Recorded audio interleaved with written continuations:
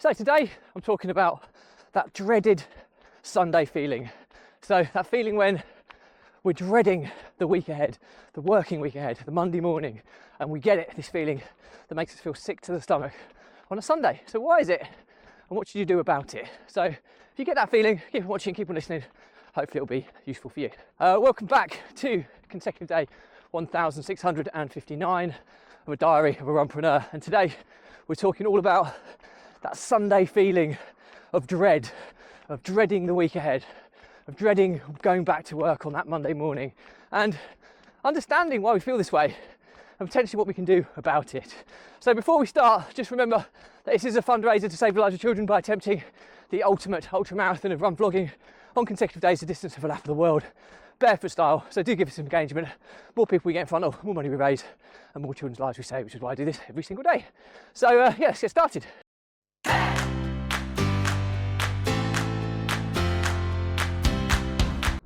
So back to the topic at hand, the dreaded Sunday feeling. So I'm feeling this dreaded Sunday feeling today. It's Sunday, if you haven't already gathered that. And it's the last working week before the Christmas break. And there's just so many frustrations in this week where if you're working with service providers or professionals that are not directly employed by your company, you're reliant on their ability to turn stuff around for you in a short time scale, and also they obviously have lots of other clients and customers that they're kind of catering for as well. And this week always creates absolute hell as we're potentially capped on our income over the Christmas period, but we still have the same outgoings over the Christmas period, if that makes sense. And we almost have to kind of make sure that we've planned, preempted any issues, any difficulties, to ensure that we operate as seamlessly as possible so that our clients and customers are impacted as minimally as possible. And so I've got that dreaded feeling.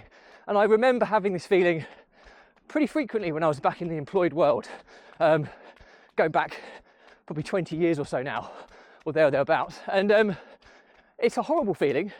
And I think what you need to be aware of is if you're getting it every Sunday. Now, my journey of entrepreneurship has been full of ups and downs, and that's just part and parcel of being an entrepreneur.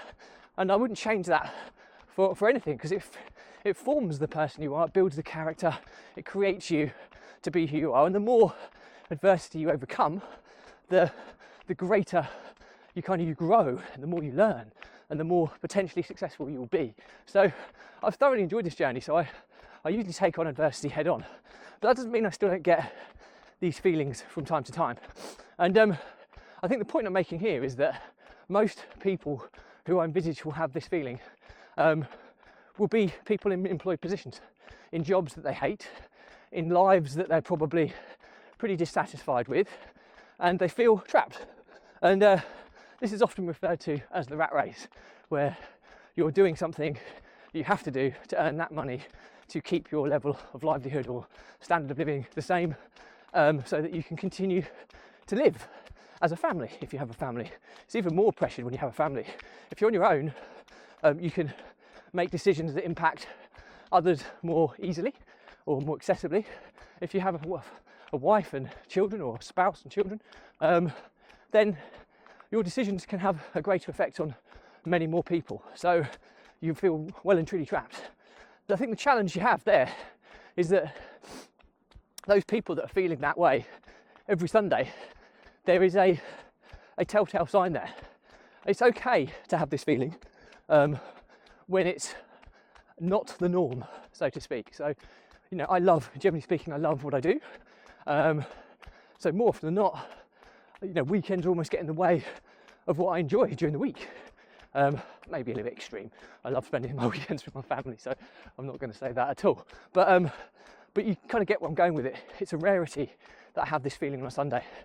But if you're somebody who is unfortunate enough to have that feeling constantly on Sundays, and you're dreading going back to work every week, then that probably symbolises that it's time for a change, or time to assess your position. Now, I'm not for the life of me saying just go and quit your job and find something else, but maybe you should start looking at options, contingency planning, for how you could potentially make this move. Because what you also have to remember is your level of happiness has a direct impact on those around you. So although you may feel trapped in that you're trying to support your family and your children and all these types of things, if you're going to work, coming home miserable, depressed, sad about what you do, then that on a continual basis is going to have an impact probably greater on your family in the kind of happiness that your whole family unit kind of has. So it's time to start planning. And I think times like this, where we're approaching Christmas and a new year, a new beginning, are really good times where you've got a bit of downtime over Christmas to actually start planning your options. And I've always been a believer in that there is a solution to every problem. Now, it might not always be the perfect solution, and it might take multiple attempts at finding that solution, but there is always a solution to every problem. And in fact, I've never come across a problem where there is no solution for. Now, you could argue that some solutions are worse than the problem at hand.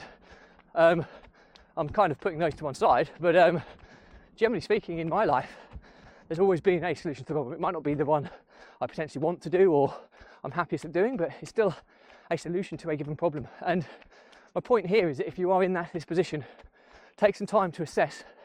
Don't make any rash decisions. Think about what's making you unhappy. Think about whether you can be happy in your existing situation or whether you need to make a change. And if you have made that decision that you need to make a change, how do you go about doing it? And try and create contingency upon contingency plan so that your family and loved ones are impacted as minimally as possible. It might be that you have to, bite down and keep on going for another 6 months to build up some savings to give you some buffer before you can take the risk in the uncertainty it creates in making a kind of career change. But like I say, there's sometimes immediate solutions, sometimes the solution is more of a long-term plan.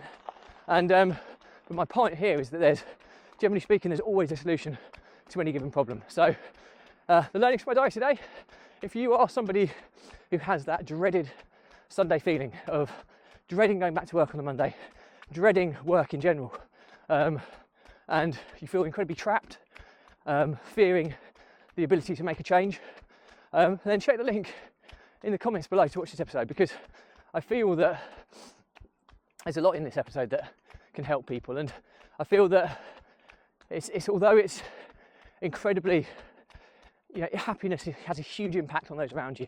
And if you're doing something that's just making you feel so trapped and sad, demoralised, stressed, overwhelmed, anxious, then I feel there is no alternative than to make a change. Now, whether you make that change immediately, which I'm not suggesting, by the way, what I am suggesting is that you take the time to assess your position, kind of go really deep on all of your options, look at all of the areas of life that are impacted, whether they're financial, whether they're social, whether they're familial, whatever. Look at all the kind of impact aspects that making a change would make, and have a contingency plan, have another contingency plan. Try and stack contingency plans together so that you can make a change. It might be that it's not the work you're doing, it's the people you work with. Maybe it could be a change of department. But everybody's situation is very unique, so you need to go really deep on this and make sure that you plan to have as minimal impact on the people around you as you possibly can.